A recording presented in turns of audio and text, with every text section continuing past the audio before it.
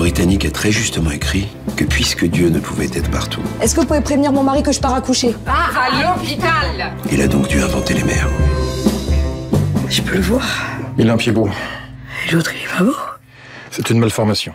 Ma mère, Dieu et Sylvie Vartan, film de Ken Scott, a d'abord été un roman autobiographique écrit par l'avocat des stars, Roland Pérez, sur son enfance très particulière.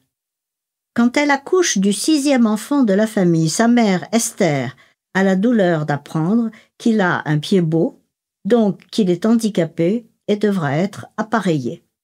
Elle va consacrer sa vie à lutter contre cette solution dans laquelle elle voit une véritable malédiction. Tous les spécialistes de France sont consultés, mais aucune opération n'obtient le moindre résultat. Refusant absolument d'appareiller son fils, donc de l'envoyer à l'école et de lui faire mener une vie normale, elle le garde à la maison, bravant la loi, certaine de trouver elle-même une issue à son problème. J'ai été surprise d'être aussi émue par cette histoire extraordinaire. Mais il faut dire que le personnage de mère juive, composé par Leila Bekti, entre 30 et 85 ans, est vraiment plus vrai que nature et lui offre son meilleur rôle jusqu'à aujourd'hui.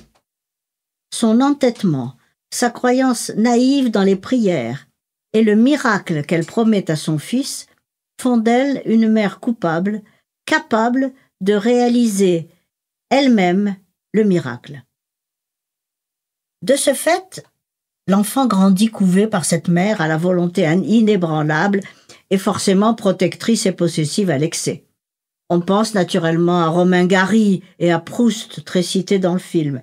Mais que d'amour entoure le vilain petit canard, interprété d'abord par le petit Naïm Nagy au regard inoubliable, puis par Jonathan Cohen. Comment devenir un adulte responsable quand on a été autant porté, au propre et au figuré, par une mère aussi inébranlable qui a pris en main votre destin? C'est l'autre problème que devra résoudre Roland, longtemps incapable de s'assumer malgré un mariage heureux et 3 beaux enfants. Il a eu vraiment la vie fabuleuse que sa mère lui avait promise, mais a dû par la suite beaucoup travailler sur lui-même pour échapper à cette dépendance, à cette incapacité de prendre des décisions. Phénomène d'emprise? Peut-être. Mais quand on a pris en main et sauvé la vie de son enfant, comment le laisser vivre loin de la protection maternelle? Roland ne sera pas adulte tant que sa mère fera irruption chez lui à chaque instant, et il devra même rompre avec elle pour pouvoir vivre. Il faut aller voir Ma mère, Dieu et Sylvie Vartan, comédie à la fois très drôle et absolument bouleversante. Chaque mère se reconnaîtra en Esther, même si elle n'a pas eu de problème aussi grave à résoudre.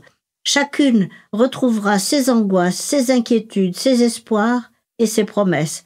Car, c'est vrai, comme Dieu ne pouvait pas tout faire, il a inventé les mères.